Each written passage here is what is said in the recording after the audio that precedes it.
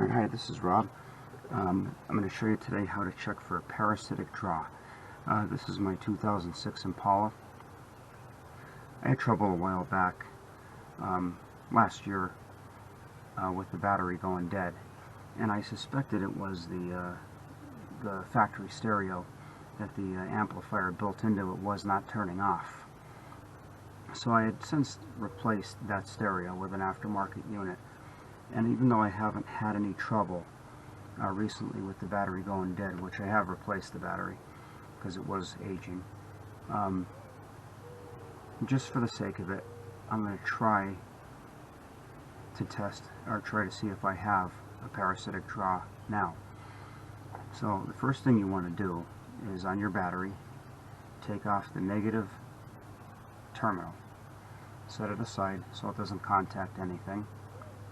And you're going to need a multimeter like that. You're going to put your positive lead in the 10 amp port, and the black one, of course, in the COM port. So what you're going to do is, the positive lead, you're going to connect it to the negative terminal that you removed.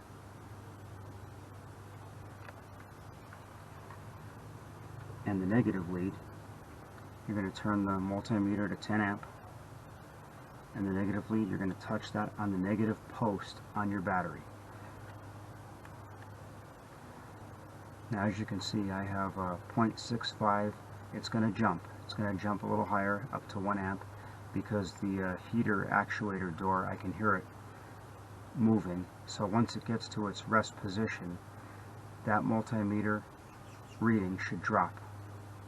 We'll give it a few seconds.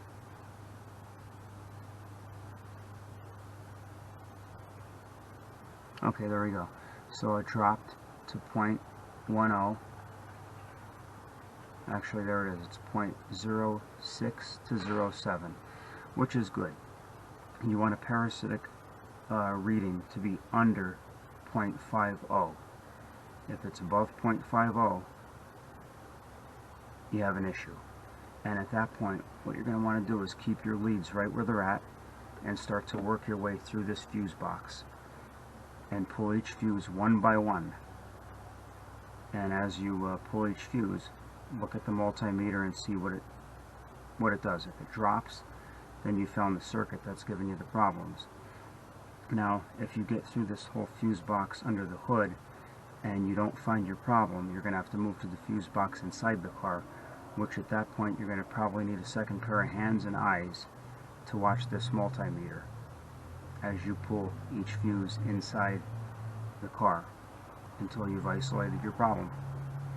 And that's it. That's how you check for a parasitic draw. And just make sure before you start the test, make sure you test your battery to make sure it indeed is a good battery, because it will affect your reading. So you want to make sure you're starting off with a good battery. And that's it. Thanks for watching.